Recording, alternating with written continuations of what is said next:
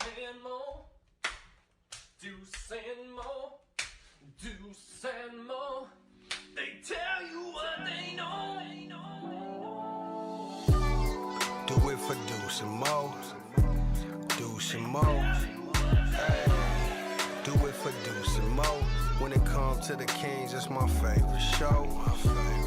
Do it for Deuce and Mo, Deuce and Mo. Hey, do it for Deuce and Mo. When it comes to the Kings, big hopes and dreams as we cover our kings. Never cover the kingdom, but we loving our kings. And we covered your prayers as we doing our thing. Big Deuce with the par, Lil Mo on the screen. Solo or together, still do it for team. Never switch up for $1 or revenue stream. So we always got each other, balance out the beam. Deuce and Mo, and that's the end of the thing. So do it for Deuce and Mo. We are live! Happy Tuesday night, Deuce and Mo live, following another Kings loss. They are 12 and 32. Woof. Woof. Woof. How are we doing on a Tuesday? What up, Deuce? Hey.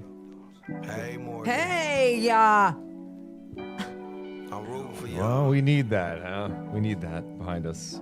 let's go Kings. Appreciate the basketball sickos who are here tonight. We'll be talking about King's Seat, of course, a little bit about that. We know big picture, this game in particular does not really matter much. We will not be talking about this game 5 years from now, 6 years from now, but we'll talk a little bit about that.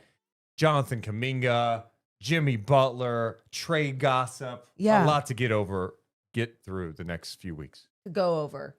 There we go. I was going to say, you say that we're not going to talk about this game 5 years from now, but like, if we're still doing the J Street Dental moment of the game jar, and you... And I pull out, who could forget DeMar DeRozan and Pelle Larsson going at it?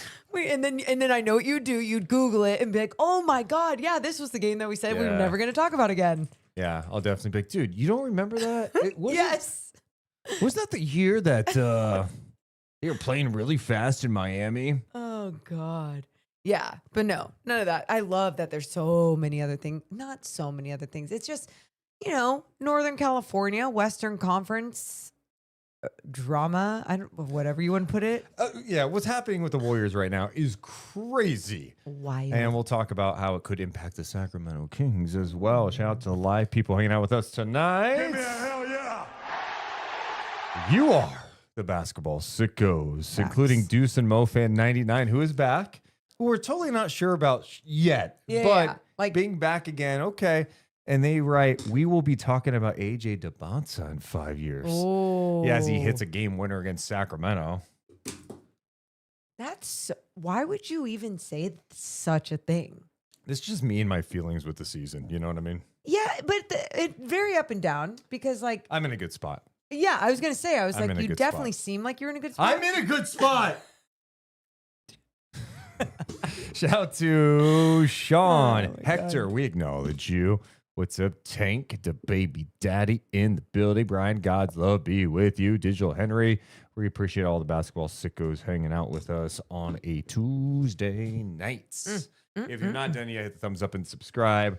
Let's stop playing around. Stop it. Let's start the pod. Do some Mo. Coming down. 3, 2, 1. Hit my music. Deuce and Mo, Deuce and Mo, Deuce and Mo. They tell you what they own. Deuce and Mo, Deuce and Mo, Deuce and Mo. The podcast that you know. Hey, welcome into the Deuce and Mo podcast. Recording this on a Tuesday night. Kings on the home floor after an off day. How are they going to respond against a Miami team who played last night and got clapped in Golden State against the Dubs? Well, Miami played like Miami does. They get up and down the floor, and it was a major problem in that first half. They knocked down 15 threes in the first half, scoring 77 points. That set the tone. The Kings tried to make it a game, but the Kings did not do enough defensively, and the offense really couldn't get much at all either in the second half. And Miami gets the win, 130 to 117. Sacramento now 12-32 on the season.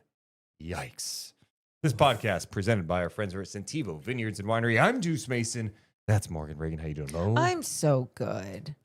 Whoa. That was so genuine. I'm so good. Well, I'm glad you're so good. I know. No, well, it's funny. I mean, if you let this Kings season dictate your life, you'd be depressed every single day. For sure. You can't do that. No. But you and I have both felt the ups and downs, and it's not necessarily like a game. It'll just be like the feeling surrounding the game. And tonight, like, I just feel great. I feel great, and there's nothing wrong with that. Okay. Well, we're going to talk about what went down in the game, and we're going to be talking about what's going on in Warriors land a little bit too. Jimmy Butler out for the season. What did it mean for Jonathan Kuminga tonight? Well, he played. And how does this all impact the Sacramento Kings? We'll discuss that on the pod today. And the Kings have another game tomorrow night against the Raptors. Morgan, this Miami team, the Kings did beat earlier this year. They did. But one of the things that was missing in that game was Davion Mitchell. And I know, you look at tonight's box score, you're not like, oh my God, Davion Mitchell just destroyed the Kings tonight. Sure. But my whole point is he does such a good job of like dictating the tempo in a game. And I thought early in this game, he did a fantastic job getting the ball up and down the floor for Miami. And this is a team that's near the top in drives. They're great in points in the paint. They're efficient from three. And tonight, they were beyond efficient. They end up knocking down 21 of 42 from three. What went wrong with the Kings' defense? I think it's everything you were just kind of talking about. What went wrong was that Miami came in with a style that is so difficult for the Kings to slow down, to stop. For example, you just mentioned Davion Mitchell. Every time that he was dictating the tempo and pushing it up the floor, even if you were trying to get in front of Davion, let's say someone was trying to stop the ball, there was already someone behind you, you know? And so and he was making the right pass. He finished with 7 assists in this game. And not that it's fun to see against the Sacramento Kings, but it is fun to see someone like Davion Mitchell thrive because he's such a hard worker. And you just know he had something special about his game, but you wanted to see how it was going to flourish, where it was going to bloom, and it's blooming in Miami. So you got someone like that kind of leading the charge at times, but then Miami's 3-point shooting. So, okay, you had Davion pushing the ball up. Great. Well, then Norman Powell would push the ball up, but then he would stop, pop, and shoot a 3 from 30-something feet, whatever it was. And you're just like, holy shit, no one's going to stop that shot. It's one of the most pure and beautiful shots, I think, in the NBA. Mechanically, the flick of the wrist, everything about it is just absolutely stunning art. Mwah, put it in the Louvre. I knew the Kings were in trouble when it was about 5 minutes and 13 seconds into the game and they had given up 9 fast break points. And ultimately that number didn't balloon to a crazy amount. I mean, it was 18-17, so not too crazy. But yeah, I mean, you give up 77 points in the first half. You lost the game in the first half. You lost in the first half. And what's, infuriating to watch as a basketball fan sometimes is when you know what a team does well and you have no ability to stop it. And the Kings couldn't guard the ball at all tonight. And that's so problematic against Miami because if you get beat, you better hope there's some help there. But what they do such a good job of is when they do get in the paint, they move that ball. They've got cutters, they've got spacing, they've got shooting everywhere. And they have willing passers. Well, Pelle Larsson tonight had a career high in assists. Wow. He was getting off of it. Yeah. Bam had his moments dropping some dimes in this game. I think as a team, they end up with 33 assists on 47 makes. And it's the Kings' inability to guard the ball. And then there was just in the first half, miscommunications on pin downs. That's where I wanted to and get it was almost 2 sequences in a row where Fontecchio is coming down to set a pin down screen for Bam, which is just amazing. Bam's just popping out to get a 3-point look. And there was miscommunication. Bam has the ball, late contest, made 3. Brutal, right? Yeah. Then the next time down, Fontecchio sets the pin down, but then he slips and pops out. Again, late contest, open 3. And you're like, all right, you're not guarding the ball. You're playing off defenders. You're not communicating well. Like the defense tonight was just putrid. And did it get better in the second half? Yeah, Sure. it got a little better. But Miami also missed shots. It's gross. When you saw Norman Powell like with his stop pop threes early in transition, whatever, it was like, okay, I get it. That's going to be difficult to stop at times, whatever. But it was the pin downs, the miscommunications on some of the pin downs and some of the more set half court offenses where we've seen the Kings defense have some better days as of late. Being able to communicate through things, have a different type of focus, and that wasn't there. And that's where it was like, well, of course they were shooting the ball well, but it felt like how they were generating their threes, there just wasn't enough pressure, force, physicality from the Kings defense. Not at all. And that was rough. Yes. And at the end of the game, you look at some of the minutes, and we love playing the minute game.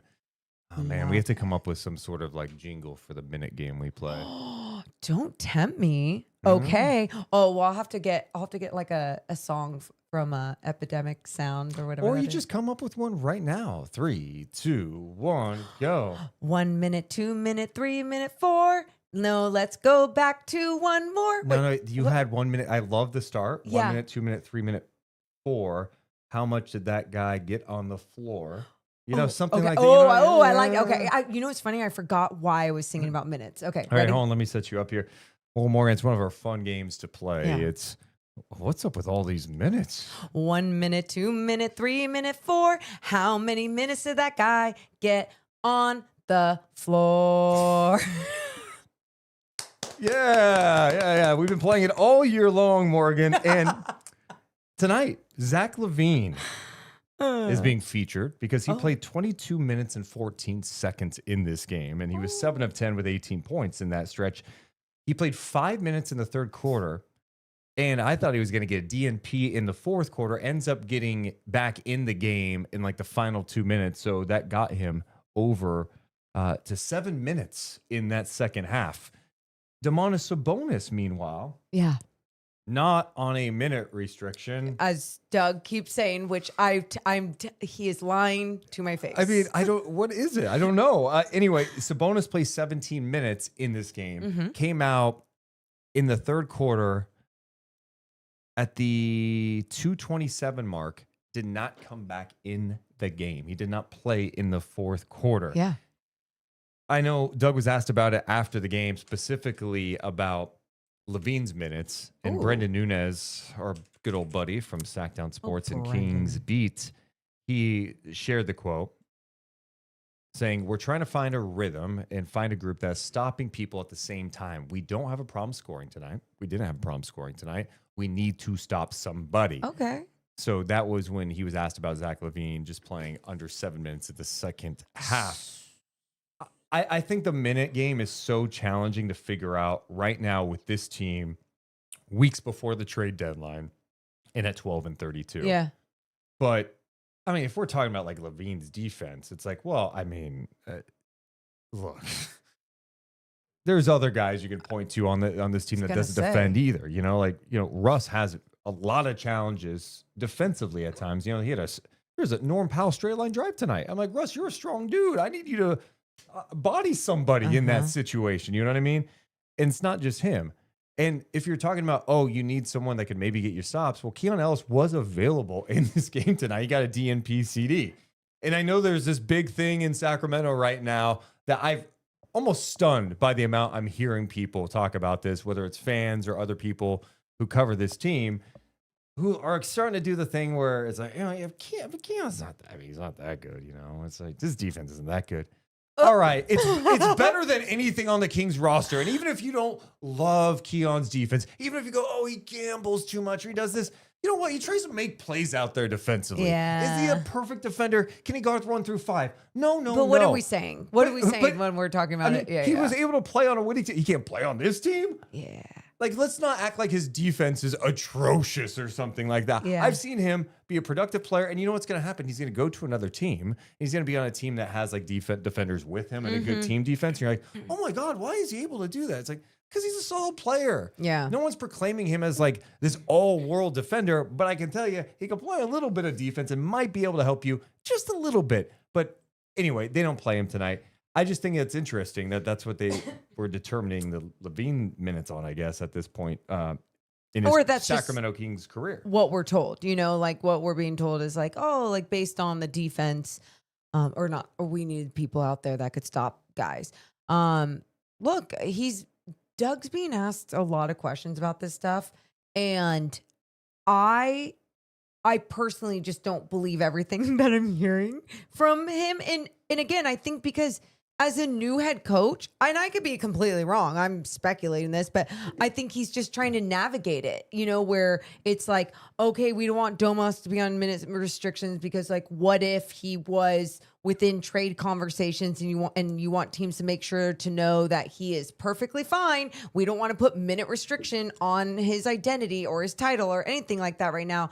And then with someone like Zach, I totally don't understand, but maybe it's someone like Malik Monk getting more time. So Which then is cool too. They're also showing off his and showcasing his talent. I just don't know where to go with that. That's the problem with this whole time of year. Is you just don't know. It's like, okay, is it showcasing this guy? Is this guy playing because of this reason? Why is this happening? Someone in the chat was saying you can't play both Monk and Keon. It says you either play Monk or Keon. You can't play both. It's crazy.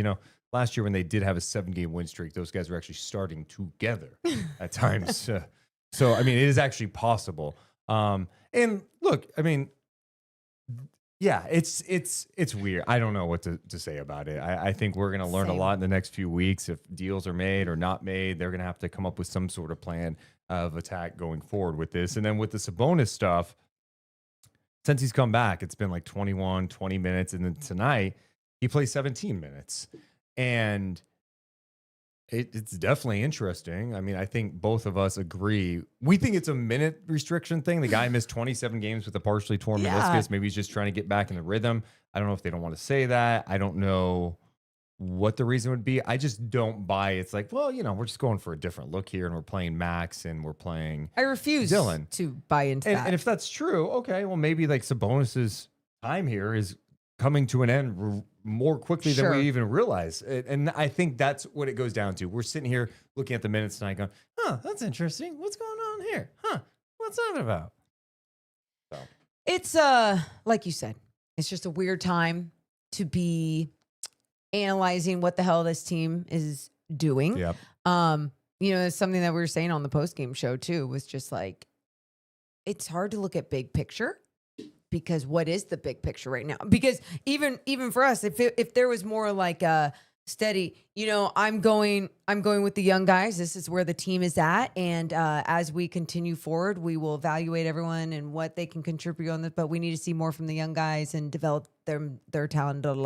Whatever. We're not being told those things. So when you see Nique Clifford have 25 minutes and Zach LaVine played 22 minutes, it's just all those things. You're going to question everything. But hey. Guess what?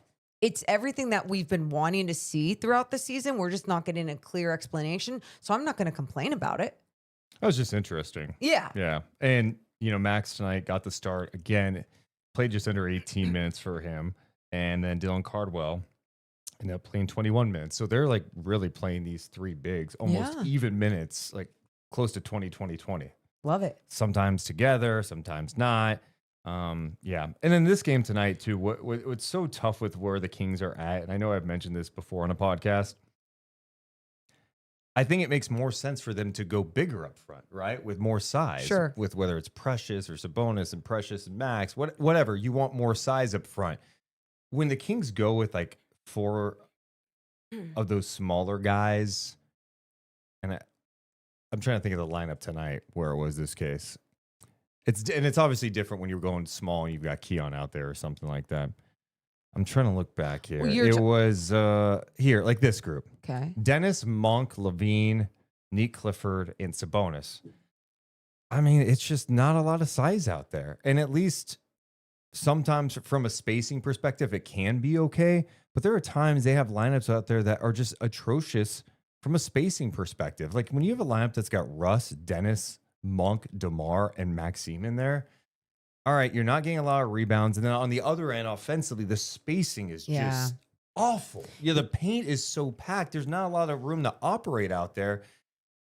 It's just really challenging. So my point is, if the Kings go smaller with spacing, they can't rebound. Yep. And then when they go bigger at times, when you got Precious out there with like Dylan Cardwell, if you had those situations with Russ, the spacing's just bad. They just they don't really have a great combination at this point. They don't have a great combination. Going back to even the smaller combination that you're talking about, the smaller lineup, you're exactly right. Like you could go smaller if you had two of those guys, elite perimeter defenders, and can make a difference on the outside. And maybe some shooting. Sure. But you don't have that enough in those guys. Yeah, you got some shooting. You got some guys that can handle the basketball or facilitate. But there's so much more to the game of basketball that you need. And so there's just so many weird times and moments out there, especially the last couple of games since Sabonis has been back, which we knew was going to be a topic.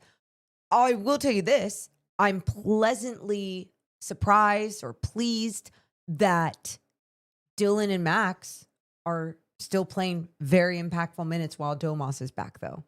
That's been my those are the angles that I look at that I'm always like, oh yeah, thank goodness, because I wasn't expecting it. And then Nique ended up getting 24 minutes in this game. Before we dive into those things, what would be your J Street Dental moment of this game tonight? Anytime a couple come to mind for me. Norman Powell just shooting the basketball. That's really on your list. What did you call him tonight on the? I said, as a basketball player, Norm Powell's game is first team all sexy. 100%. He's got a sexy game, dude. God, his shot. Yeah. Beautiful shot, the driving ability. Oh, I know my J Street Dental moment of the game. Yeah. And I think it's yours too. What's that? Nique Clifford throwing it the fuck down. Oh, Nique Clifford finally having a nasty dunk. Hell We've yeah. seen him try it a couple of times. Got Fontecchio tonight, right? Wasn't that Fontecchio he had? It was him or Larsson. On the help? Yeah. It might have been Larsson, but whatever. It doesn't matter. He drove on Gardner and went across the paint, came down the middle, threw it down. So happy for him. He needed to connect and execute on one of those. Who was it? I couldn't see. I need to zoom in. Let's see here. That was Fontecchio. Oh, yeah. Damn it. I hate being wrong. Fontecchio. He got him. No, that's a great one. I would say the next moment, too, Yeah. was DeMar DeRozan and Pelle Larsson just getting into it. Oh, love. Give me the drama. You say that. I didn't like that last foul by DeMar. What's that about? Neither did I. Okay. No. No one likes that type of irresponsible freaking violence. No, absolutely not. But I loved the drama and the fire between But what the two. happened? Because You'll never know. something was said, something was done on one end, because you saw the issue in the second quarter when DeMar gave him a little extra push. Mm-hmm. And then, everyone starts barking, whatever. Then that fourth quarter on the drive, when he went up and just went whack. I hated that he going got for his the ball, head. but also hit his head. And I think he was going for the ball, but it was still just it was a reckless play. It's a flagrant foul. Yeah. And then those guys got nose to nose, and DeMar's like saying, do something. Larson went straight up to him and said, "What the hell are you doing, man?" Yeah. And he said, "Do something about it. Do something." I mean, DeMar's fists were just like this down at his side, just like ready to go. Not like ready to punch, but just I was thinking about this last night. I saw something on SportsCenter's Instagram where it showed the Sharks goalie and I think it was the Florida Panthers goalie, and they were brawling, punching each other. I saw this. These two goalies, which is so weird. I don't know hockey, so maybe that's not weird. I just think two opposing goalies, they skate all the way to meet each other. Yeah. They're on the opposite side. Let's fucking go. But in hockey, it's like celebrated.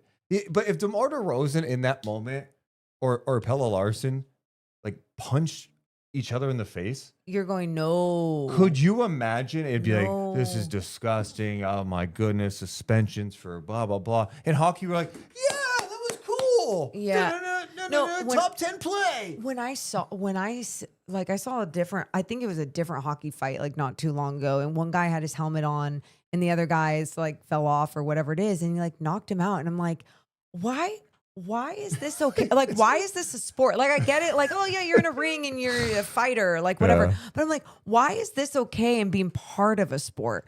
I don't know. I'm really glad it's not allowed in basketball, but I do love when guys just like get right there and get into it, but then like don't cross the line. Caddy Sack says that it's been 6 years since a goalie fight happened. I don't even know if that's true, but I believe it. It just, when I saw it, I'm like, why are two goalies fighting? And then it's like celebrated. But anyway, I thought the moment, if you think about some of the moments from this game, yeah, the Nique Clifford dunk and a positive moment for Sacramento. That was just fun. He's been trying to be aggressive, trying to dunk on people. It hasn't worked out. He finally got one. It's good for him and his confidence. And to be honest, I thought in the first quarter, he had some really strong moments for the Kings, looking more comfortable out there. He was 1 of 4 from 3. The 3-point shot, it just seems like almost every one of those goes in and out, in and out. I mean, there's just like a mechanical thing that he's going to have to tweak in the summer.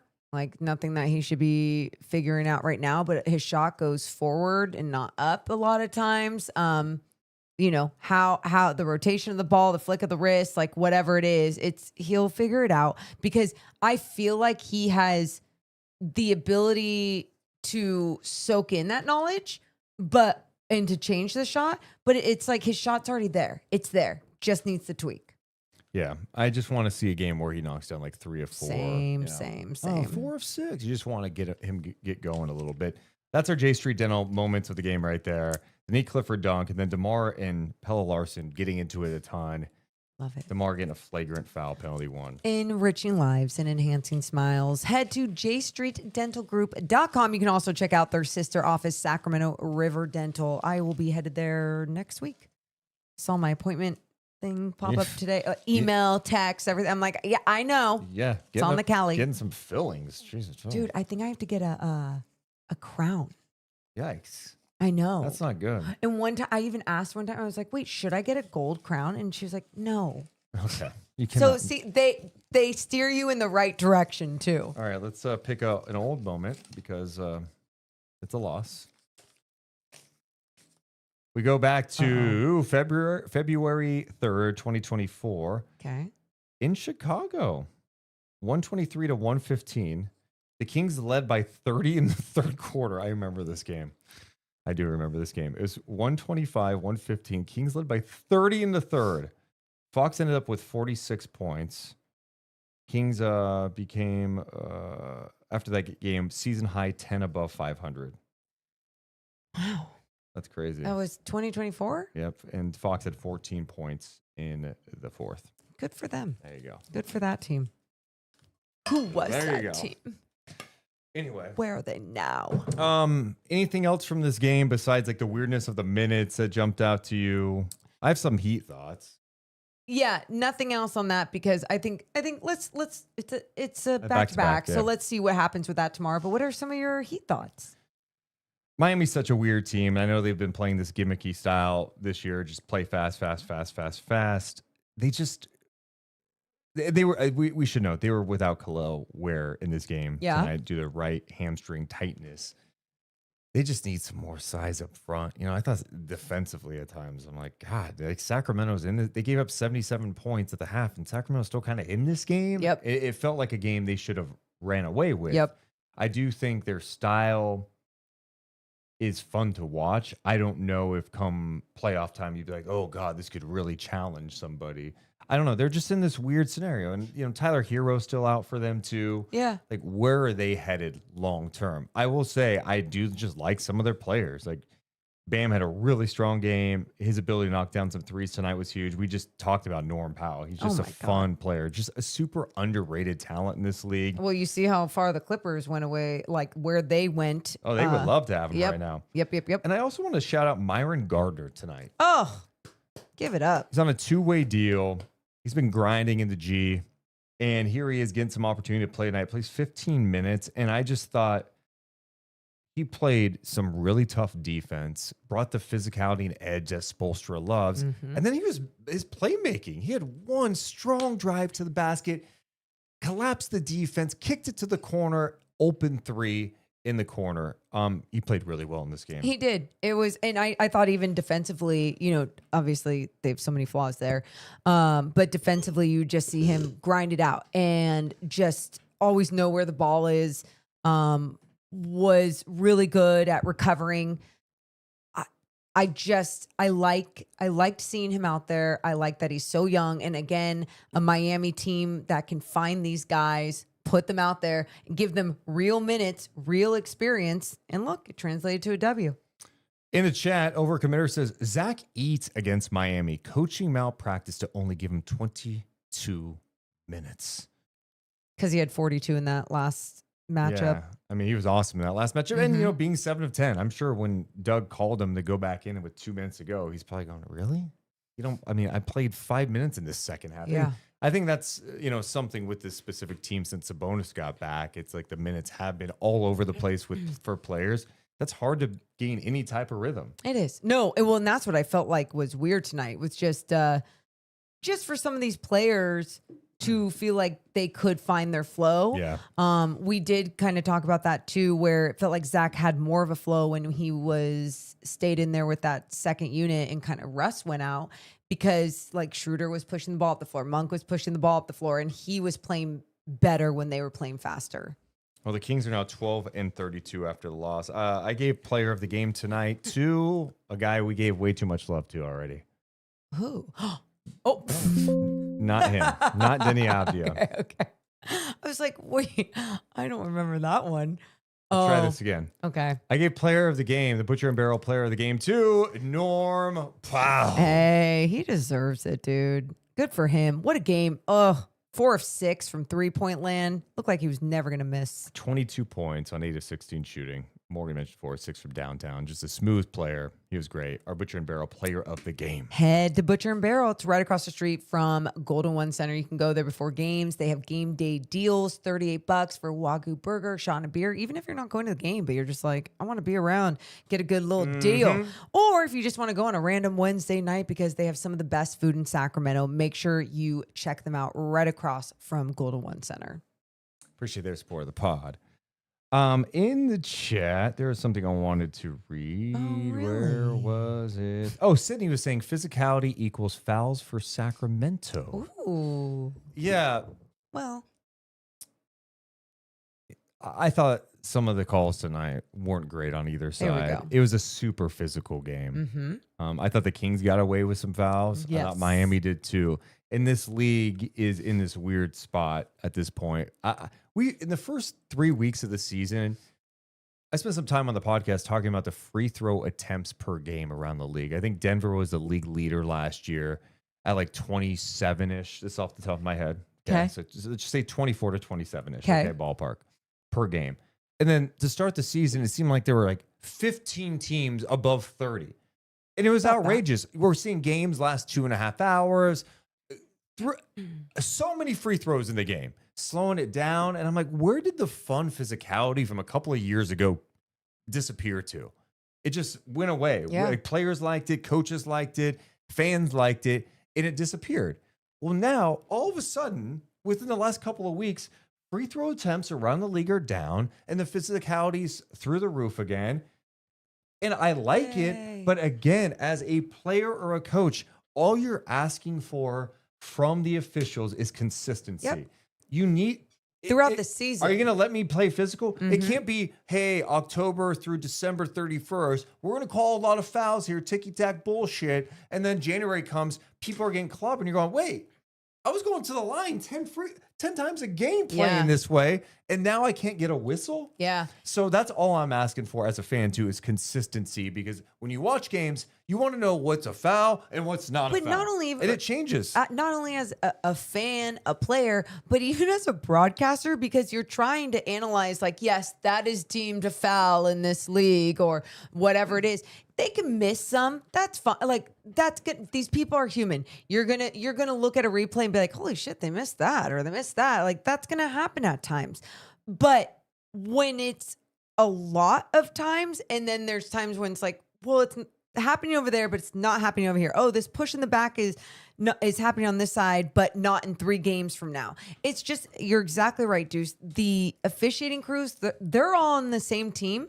They're all part of the same thing where they just all need to be on the same page with that. And they're humans with different opinions, with different eyesight. You know all what the though? things. I don't buy that. No, I mean, I understand what you're Yes. saying. What I'm saying though is I don't think it's just on a whim. Hey, they're just missing some calls right now. No. The No. officials are struggling. I think this is the league saying, hey, pull back a little bit. Yep. But And they're there trying to shouldn't figure be it pull out. back. Like just figure it out and figure out this is how we play basketball. And call a foul, that's a foul. If it's going to be a more physical game, that's fine. And Yeah. I think some players actually like that style. But if it's not a consistent thing in the league, it's tough literally for everyone from players, coaches to the fans. Do you think the league has tried for too long to try and micromanage what the refs should and should not do over the years? And but here's the thing. The game, it started to evolve.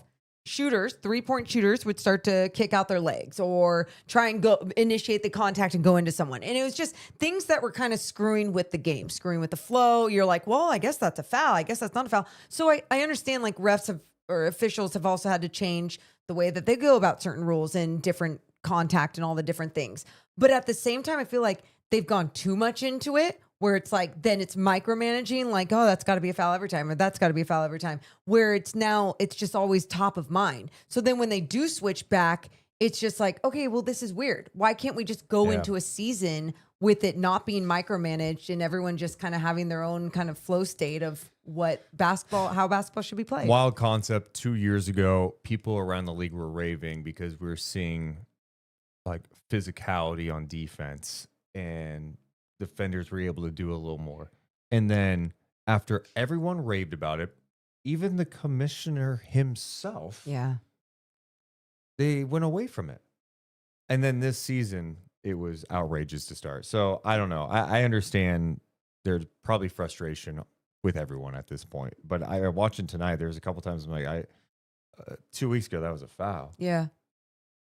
So. I know. A little weird. We got more of the podcast coming up in just a second. We are sponsored by our friends over at Sentivo Vineyards and Winery. The best of the best. Not only the wine, but the people, the family as well. And you've never tried Sentivo Vineyards and Winery, you've got to check them out. You can go to sentivovineyards.com or you can go to their tasting room, pick up some bottles there. It's in Sassoon Valley, which is just right outside of Fairfield area. And so if you're like heading to the Bay Area or coming back from there or whatever, I always stop by, get some bottles. Beautiful place. Awesome family, awesome wine. Make sure to go to sentivovineyards.com. Also presented by our friends over at Medic Ambulance. Woo, woo. We've teamed up with Medic Ambulance, a trusted name in emergency medical services across Northern California. From life-saving responses to being the team behind the scenes at your favorite events, Medic is here to serve. Learn more at medicambulance.net.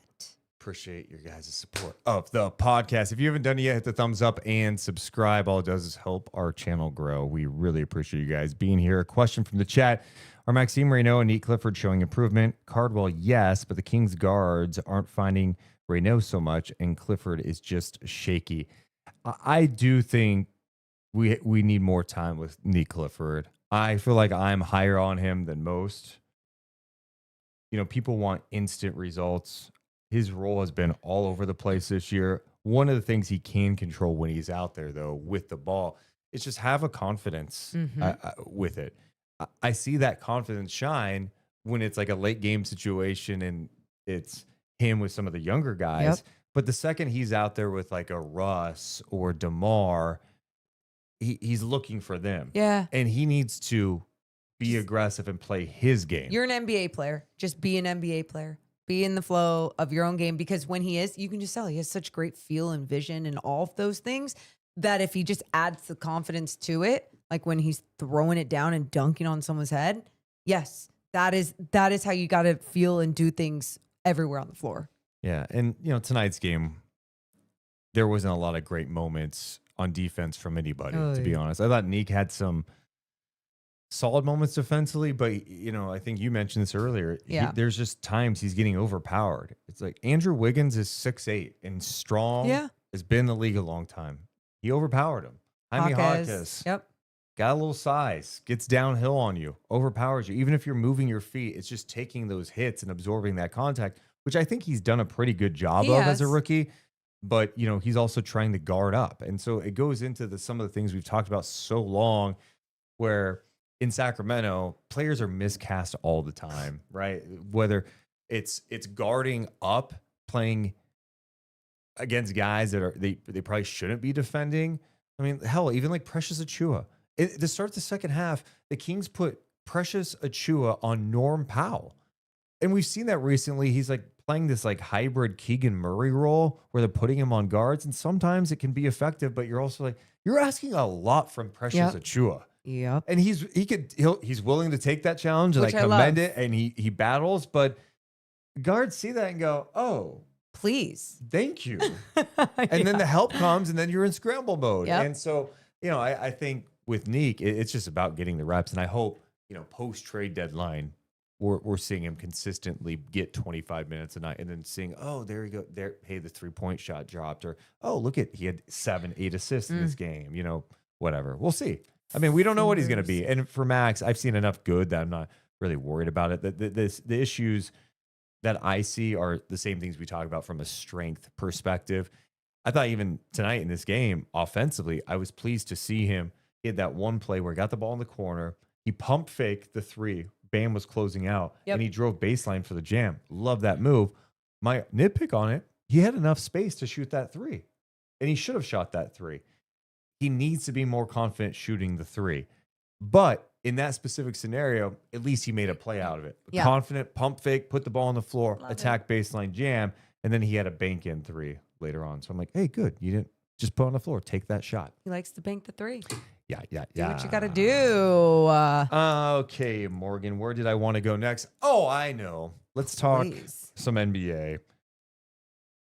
Last night, it was tough. Jimmy Butler went down in a loss, in the Warriors win to, let me just start that all Yeah. over. I think I got emotional thinking about all Oh, hey, drink some water. You need tissue? this. My God. Can I learn how to talk? Jesus. Oh, okay. Let's talk some NBA. Okay. The Warriors lost Jimmy Butler last night in their win over the Miami Heat. He tore his ACL in a play in that third quarter. He's going to be out for this season. So you're going, what the hell are the Golden State Warriors going to do? Yeah, right? pretty They still have much. Steph Curry playing at an unbelievably high level under contract. They had a team that they wanted to believe could contend for something. And they were talking about this trade deadline, trying to take a swing at something that could put them firmly in that championship window and give themselves a chance. Yeah. Most people look at the Jimmy Butler injury and go, yeah, they've got no shot in hell now. Then the next thing was, okay, what does this mean? What are they going to do next?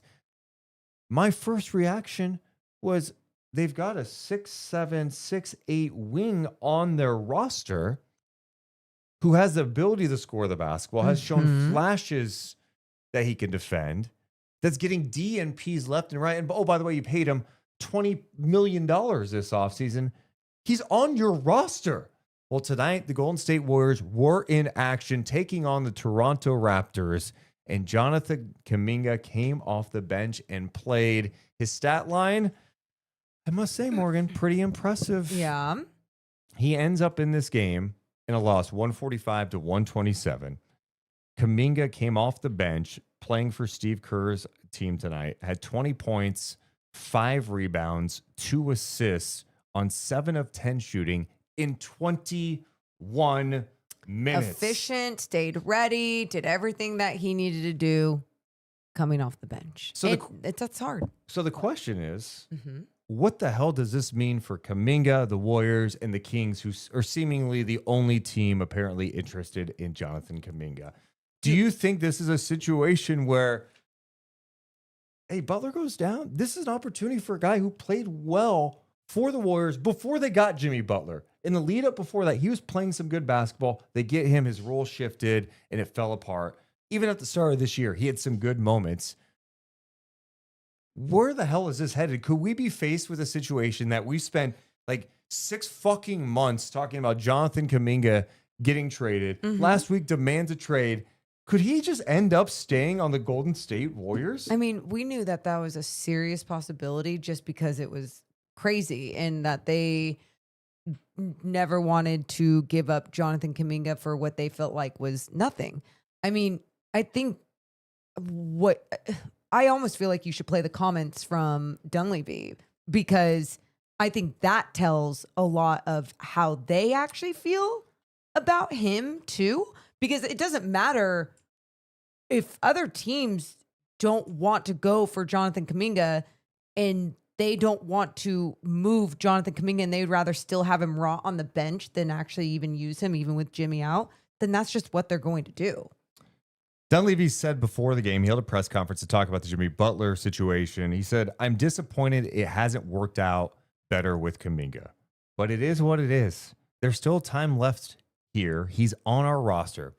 I know a trade has been requested, but nothing's imminent, and this league can change in a heartbeat, as they did last night. So he's got to be ready. So he's saying things change fast. It could be ready. Then he was talking about the trade demand. And that was another interesting comment that Anthony Slater had put out on social media. Yes. Where he said, yeah, a trade was demanded. But in terms of demands, when you make a demand, there needs to be a demand. See that. And so the reason, like, even me talking about what are the Warriors going to do next? It's interesting hearing that line alone, where it's like, look, we're not getting anything that we want for this guy. So are you saying that you are going to keep him after all of this time? And is it because Jimmy Butler went down, or is it because there's no demand? You know, that's where, and so I guess that's where I'm just at with this whole thing. Is Steve Kerr going to be willing and wanting to play Jonathan Kuminga like he's forced to? Because obviously they don't have a good relationship. I mean, like, you can just see that with optics. I mean, maybe one of the things that could happen for them, and this is wishful thinking, Kuminga over the next 2 weeks has an impact on them. They win some games, and he's playing at a high level. Ooh. And maybe teams that maybe have had some minor interest in him go, you know what? We'll do it. We're getting close to the deadline. We'll make that move. Okay. And maybe you get something you like. But one of the things that Dunleavy was talking about in that press conference was the fact that they're not eager to give up these first-round picks in the future in the post-Steph Curry era unless it's a player that is going to be here after Steph Curry. It basically saying if it's an impact player, like the Giannis dream that they have, then maybe they would consider doing something like that. But if not, they're just not going to do that. So, yeah, I don't know. I think what's tough now for the Warriors is their owner, Joe Lacob, loves Jonathan Kuminga. Yeah. And people were commenting that he was all fired up when Kuminga had a big and won at one point. He jumped out of his seat, fired up. He likes him, but the head coach doesn't like him. Now you're in a spot where you need this guy. Well, that's the other question I was going to ask. Do you think that Jonathan Kuminga is enough to fill the void of not having Jimmy Butler there? Or did you not even believe with Jimmy Butler there? I didn't look at the Warriors as a championship contender with Jimmy Butler. Right. Same. I have my doubts about Kuminga and his ability to have a consistent role with the Golden State Warriors, because guess what? He's been there 5 fucking years. He's never had one, right? It's been all over the place. And some of that is his own doing. And some of that is Steve Kerr, who has just never trusted him. And if you believe everything that's out there, those two do not have a relationship. Right. That's not ideal. That to me is not something that leads to success. Could they have this miracle that all of a sudden he gets this opportunity, he runs with it, the Warriors have success, they're winning, and he's putting up good numbers? I mean, in this league, I guess anything's possible, but the odds are stacked against them heavily in this situation. So as far as what the Warriors do, in my opinion, they got to go try to take a swing at something that they feel like can elevate them in that conversation. But I just don't know. I think it's easy to say that, but the ones that you think about, like, does Michael Porter alone elevate the Warriors? No. To another level and being championship contender? No. Does Trey Murphy do that? No. Like, these are good players, but we're not talking about it. I think it would just have to be something bigger. It would have to be in the Giannis realm, and I just don't see how that's even possible. If it was LeBron, do you feel like that would make a difference? Okay. Because I could picture something like that even happening. You know, LeBron and the Lakers not loving that life or relationship anymore. Rich Paul forcing to make whatever happen for LeBron James.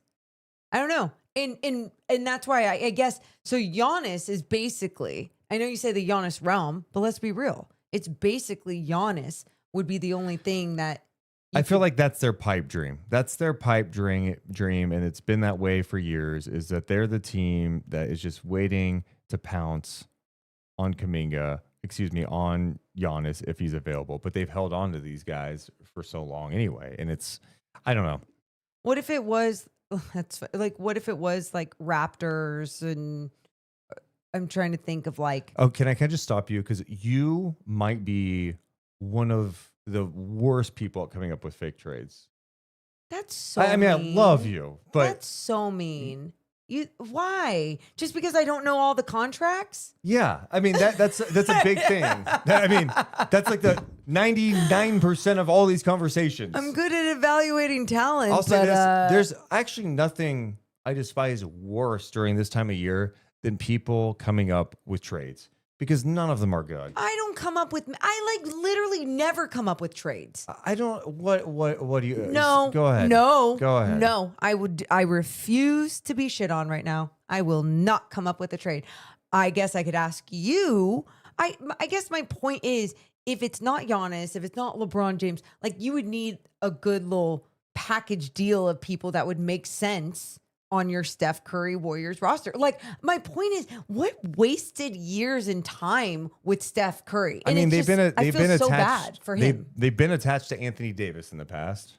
Okay. Like, what? Have fun with that. What is that? No, that does nothing. Nothing. Mean, if he's on the floor, it does something. Deuce, he's a champion. He's a champion.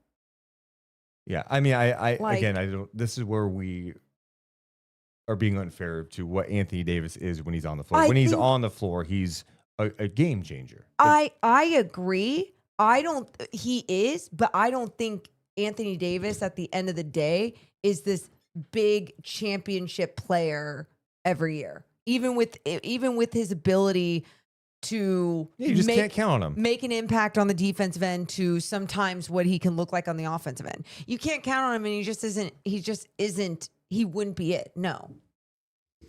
Well, the one that I'm wondering about now is on a smaller scale. This doesn't do it for them. Okay. This would be one move. I hear you. But if they're like in this spot where it's like Kuminga's not it for them. Okay. They want to move on. It is what it is. The damage has been done. Do you think they have interest in DeMar DeRozan? Because that could be a swap, and I know there'd have to be more added there, whatever, to figure out the dollars. But DeMar DeRozan does add a scoring punch for them. He's obviously not what Jimmy was defensively at all. But DeMar is also a professional, a guy who can draw a double team. Yeah, can get you a bucket. So, you know, I scream no for Anthony Davis. Obviously, I'm going for AD over DeMar if we're going for the big swing. But we're talking on a small level. DeMar's not a big swing, because here's the thing. DeMar's contract is like it's expiring next year. It's not something long term that's going to kill him. They're not having to give up draft compensation to do it. No, I mean, that one, honestly, when everything was happening last night, Jimmy going down and just thinking about, okay, like, is Jonathan Kuminga going to be where the direction that they have to go to next? And thinking about the Kings still being interested in JK, I was like, oh, is that something? Like, that would be the name and the person. And I still think DeMar is very attractive to these teams that need that little extra scoring punch or that little extra something for their team, for their roster. And DeMar could do it off the bench, in the starting lineup, wherever you need him. Yeah. I mean, it would have to be another move for them. I mean, I don't really care about the Warriors and what all they're trying to achieve, but I'm just wondering if the Kings come into play in that situation. It's like, hey, those teams have clearly been talking over the months about Kuminga. You know, if DeMar is offered up, it's definitely more enticing today for them than it was 3 days ago when Butler. I didn't understand any DeMar interest for the Warriors when they had Jimmy Butler, but with Jimmy gone, it's like, yeah, you could see that. I know, but they would need something else. Absolutely, they would absolutely. And by the way, like I don't care about the Warriors obviously either. But what I will say, it would be more fun to see Steph finish out his career with something better, but they have to like trade away their future. So then all their everything goes to shit after Steph you know leaves, what? you know? At some point you have to gamble a little bit. And breaking news, when Steph Curry is done, you're going to be in a tough spot anyway. Probably. I'm going to say most likely yes. The post-Steph Curry era is going to be bumpy. Yeah. And they won't That's be, life. They won't be you've used had a to great it. run here. Like that's just part of running an NBA team. You've had an awesome run, multiple championships. Take some crazy ass swing while Steph's still there. I'm with you. Or you could just hang on to what you've been doing and enjoy, huh? Is that? A super chat. Appreciate Bigfoot48 donating $5. Thank you. Give me a hell yeah. They were asking about our thoughts on the rumor Kuminga trade. And then asking, hey, Deuce, are you going to the AEW show in Sacramento? Ooh. Yes, I plan on going to the AEW show in Sacramento. When is that? I believe it was March. Oh, cool. No, February. Whoa, February. coming up It's soon. after the All-Star break, like right before the Kings start playing again. Hell yeah. Awesome. Plan on going with my guy Scott Fresh. Oh, I know. I'm so not as. It doesn't matter. It's at Memorial Auditorium. That's and cool. It's a cool venue. It's a very cool venue. Yeah. Go you. Thank you. Thank you. Oh my God. Yeah. I am so ready for some activity, but you also just have to, at least I have to, mentally prepare for nothing of substance. Yep. At the deadline. For the Kings, you're saying? Yes. Because around the league, you think we're going to. Maybe. I don't know. We better. It'd be great. For the Kings, it's so true. Lower your expectations, because at the end of the day, it takes two teams, sometimes three, to tango. And you're so right. I can sit here, name a few players I like, switch out the players, go, oh, yeah, this player makes sense for this talent. The contracts, that shit, it's a whole other journey. It's a whole other journey. Even when you talked about the DeMar and Kuminga one, it's like, oh yeah, you can't even just do it straight up because of the second apron rules that the Warriors are in, and you still need a little bit more salary or a player. You have to match exact. Like, it's so weird how you have to go about it. It's just like, I would never do that job. In the chat, Forsey Bar says, my expectations are underground. That is awesome. Yeah, man. Oh. And yes, another donation. Yes, I still have that Bam Bam Bigelow autograph. That's Thank cute. you. Yeah. Give me a Thanks hell for the yeah. donations. It's very sweet. Let's get to some final thoughts. We got a back-to-back Toronto coming into town. I'm eager to see them. We talked about Kuminga's return, but they scored 145 points tonight against the Warriors, 145 to 127.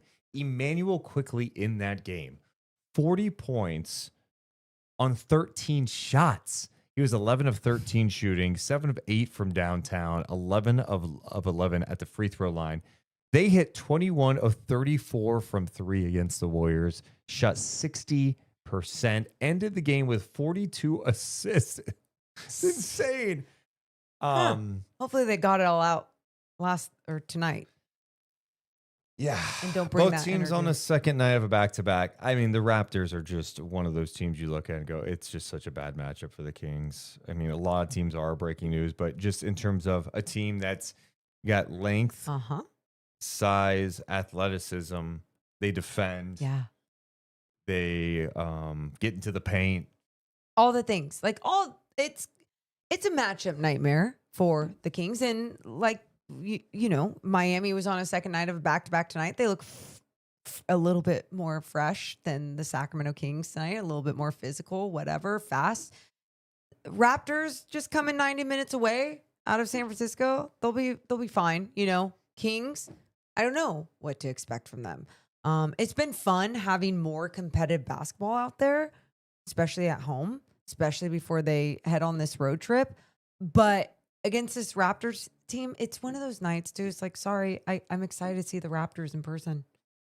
Like that's where I'm at this point of the season with the Kings. And it's no disrespect. It's just like, I enjoy the league so much. And there are good teams out there that, you know, even watching Portland the other night and seeing Denny Avdia when we've seen what him be this all-star all season long, but then to see it again, just right in front of your face, it was like, oh yeah, I get it. So excited to see these guys. Yeah, Toronto 26-19 on the season. Yeah.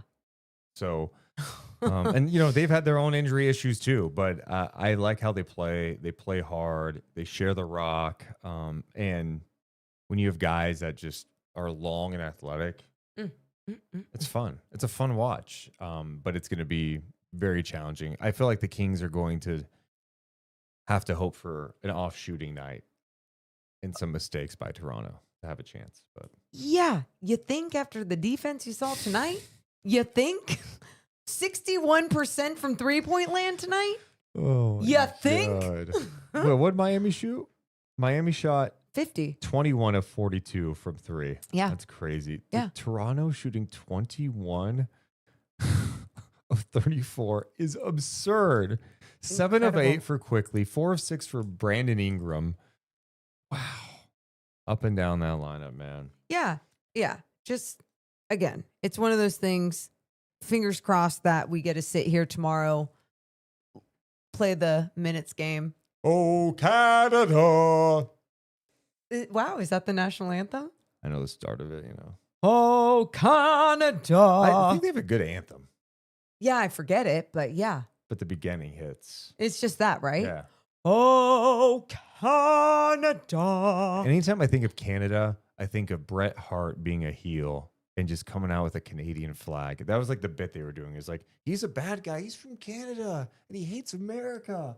Boo! Boo! And he's just waving that flag, the Hart Foundation. That's what you think of when you think of Canada? Yeah. I also think of Banff and me dropping my phone in a lake. Lake Minnewanka. Yeah. Good Never times. forget it. Good times. But got it back, by the way. Got it back in the mail. Someone found it 6 months later. Pretty nice. My final thought. Yeah. I don't have any. I don't know. Oh, no.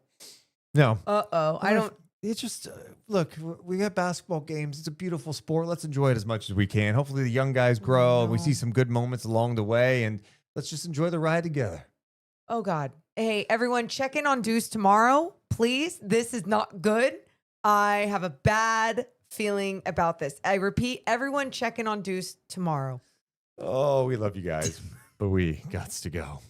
You all have a wonderful rest of your night. We'll see you tomorrow. Deuce and Mo, Deuce and Mo, Deuce and Mo. They tell you what they know. Deuce and Mo, Deuce and Mo, Deuce and Mo. The podcast that you know.